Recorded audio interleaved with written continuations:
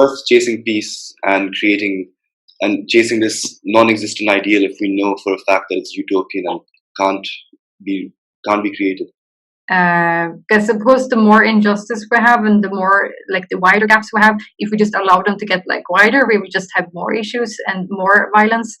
So I mean, there is I think there is a need to kind of protect those ideals and work for them. I mean, there's peace on an individual level, and then there is like peace on a kind of like a national level. So I would say that Sweden is a society that has peace, but when you go in on individual levels in people's private lives, there still is, lots of instances of different types of violence, inequalities, exploitation, and so in that way, I don't think that you can say that you have ultimate peace in a society.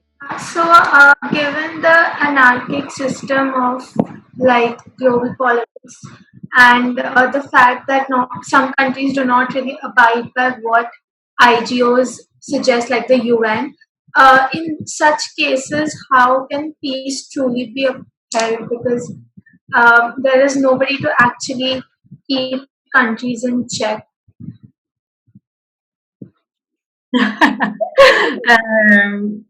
Who is keeping countries in check? Well, I suppose we're not really, because there is we aren't really I suppose we have like an international community and we observe that there's human rights violations happening in several places, but we're doing very little to help them or to solve it. And maybe that comes back to sort of what I was saying earlier as well about sovereignty, and there is there's a kind of a very thin line between what is okay to do and not. I know when it comes to providing aid, both I suppose the EU, I suppose American aid, also the I suppose UN, when you provide aid to a country, you can also inflict ideals with that money. So you can say you can have this money, but you have to use it in this way, or you can only have this if your government agrees to live up to these standards.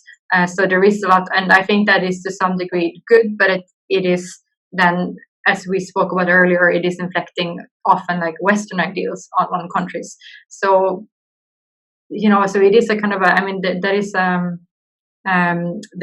something that you can have different opinions about whether that's right or not. But there is definitely human rights violations happening all the time in several countries, and there's very little happening about it. And China is an interesting that, with European countries being the biggest propagators of human rights and ideals and peace building, but it seems that with them, doing strategic alliances with Saudi Arabia, who has broken human rights, strategic alliance with Israel, who have again broken human rights. Would it be that to these European countries is human rights and peace the secondary agenda to them? It's not their primary agenda. It's something which comes after the national interests are in check. I'd say so. Yeah. Well, I suppose probably that's, yeah, I think economic prosperity probably comes before peace.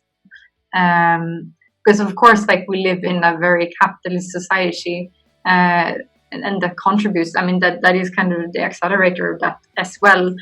Even though, as Gayatri said, of course, if you have a good economy that is going to mean more prosperity and a better living for more people. It is also contributing to maybe more inequalities between people, between the ones that profit and the ones that don't.